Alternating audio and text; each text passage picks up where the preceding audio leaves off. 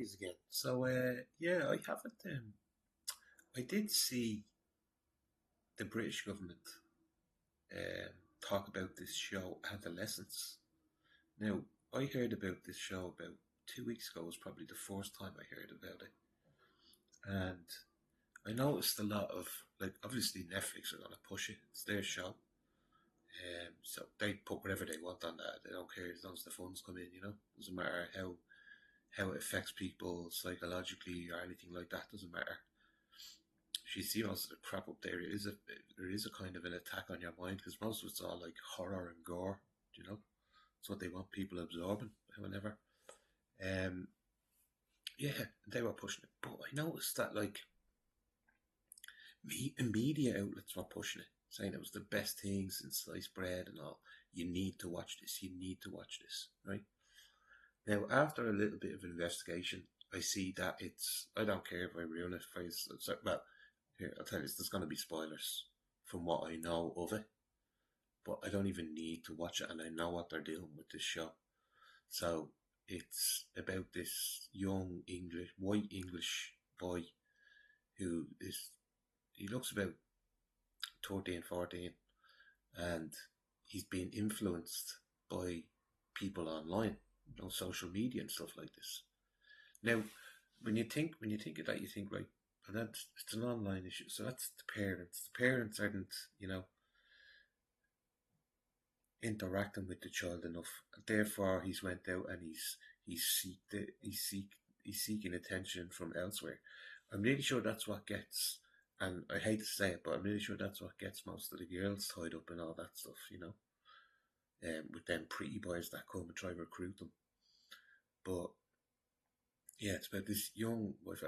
He's influenced by online social media people, and he ends up anyway stabbing a girl or something, right? I don't know if your motives are or something like this. I don't know, but he ends up stabbing a girl. With all the isn't it weird the timing of that? Because with all the attacks on the native people over there and here in Ireland, it's not like, yeah, there are some of the attacks that are white, but the really bad ones, like the child nappings and all, like they're all the foreign lads, So it's like they're pushing that show out, and the reason I said I was watching the British government talking because it's only a couple of days ago that Keir Starmer talked about this, right? And what was confusing the Brits, what I could make out what was confusing the Brits was there was two opposite parties pushing this adolescence thing, saying that it needs to be like they wanted people in Parliament to watch it in England, and they wanted school teachers to watch it, right? That's how far they went for it. I was like, fucking hell, even they want. So if it's something that they really pushing for people to watch, there's definitely something to it. And I think that's what it is. They want the people believing that all the attacks that happen, the stabbings and everything, that it's young white English lads. Or just white people in general, It's absolutely insane when you look at it like that, I know. But that's, once again, I'll show you at the end. I ask Rock a question, and you'll see what it says. But let's have a listen to what they're saying. We all saw this weekend the worst of toxic masculinity in Conor McGregor being invited to speak on the world stage on our National Day of celebration. People. By the way, did you hear him? Hear. That was Hamas Harris saying hear. Do these people think they're in the House of Commons?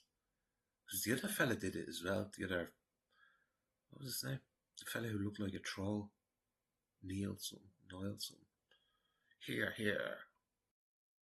Like Conor McGregor, the Irish version of Andrew Tate promote hyper-aggressive, misogynistic and often violent forms of masculinity. As a parent, as someone who coaches underage teams, works with local schools, and as a director of a local youth and community centre, I deal with a lot of check his fucking hard drive. Young people of all ages.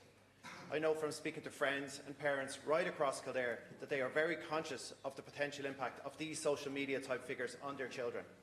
Currently on our TV screens, we see the impact depicted quite harrowingly on the new Netflix TV series Adolescence. The glorification of dominance, aggression and subjugation of women through social media must be ended. I don't know what happened there. And I don't know why it glitched like that. Let's go back. When he starts talking about this, doesn't it glitch out a little bit? On the new Netflix TV series Adolescence. The glorification of dominance, aggression and subjugation of women through... Wait, did he even edit these little bits? These people can't form a full chain of sentences without having to be edited. Huh? Social media must be ended. I ask, what more can we do? What is the government doing to tackle the rise of toxic masculinity and its detrimental influence? Well, Deputy Neville is so right, and I want to thank you for the question. This is a really important topic for all of society, Laskin Corda. I think the programme Adolescence has really provided a glimpse into how toxic influences are filling a void in young men's lives. In fact, I believe Adolescence should be compulsory viewing in all our secondary schools right across this country. Wow. Compulsory viewing across the country. See, with everything England, Britain does, we have to go that step further. Is that what the story is? He wants it compulsory in schools across the country, drilling that message home that the real bad guys, yet we all know there are bad guys, and there is a such thing. There is such thing as social media influencers. We know this. But you see, it's the image they're putting in when they're trying to describe it. And he wants all the children watching that across the country.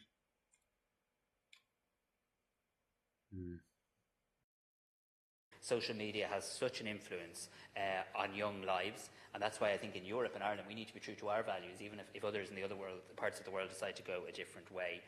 These so-called influencers are feeding young men a warped view of what it is to be a man. And like you'll see, the other Irish fella, the Nordy fella that covered this as well earlier today, he says this is an excuse for a man, and he's right. Every time I comment about this man's appearance, he's just like a weasel. He's exactly like a weasel.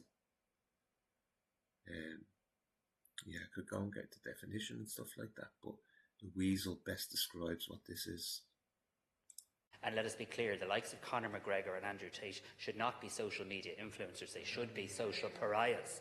Their behaviour is wrong, it's retrograde, it's degrading, it's damaging. They're normalising behaviour that is totally and utterly unacceptable. And everybody in this house, we should speak with one voice in relation to this. Not social media influencers, social pariahs. Social pariahs.